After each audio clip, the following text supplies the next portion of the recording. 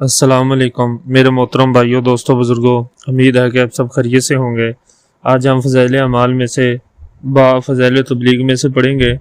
قرآن پاک میں ارشاد ہے، پارہ نمبر 4 رکوع نمبر 2، ترجمہ: اور تم میں سے ایک جماعت ایسی ہونی ضروری ہے کہ خیر کی طرف بلائے اور نیک کاموں کے کرنے کو کہا کرے اور برے کاموں سے روکا کرے، اور ایسے لوگ پورے کامیاب ہوں گے۔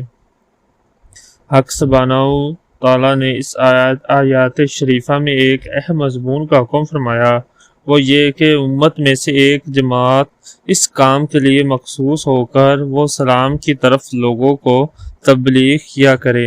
یہ حکم مسلمانوں کے لیے تھا، مگر افسوس کہ اس اصل کو ہم لوگوں نے بالکل ترک کر دیا اور دوسری قوموں نے نہایتی احتیاط سے پکڑ لیا۔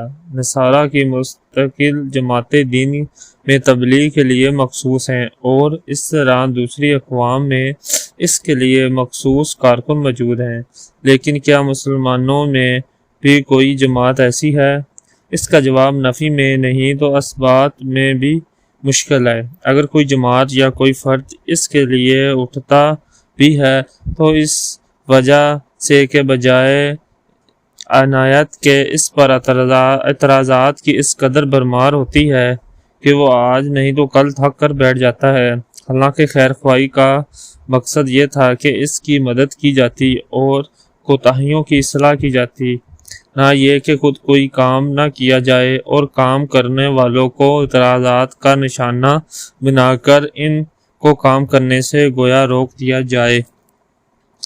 قرآن پاک میں ارشاد ہے، پارہ نمبر 4 رکوع نمبر 3، تم بہترین امت ہو کہ لوگوں کے نفع رسانی کے لیے نکالے گئے ہو، تم لوگ نیک کام کا حکم کرتے ہو اور برے کام سے منع کرتے ہو اور اللہ تعالیٰ پر ایمان رکھتے ہو۔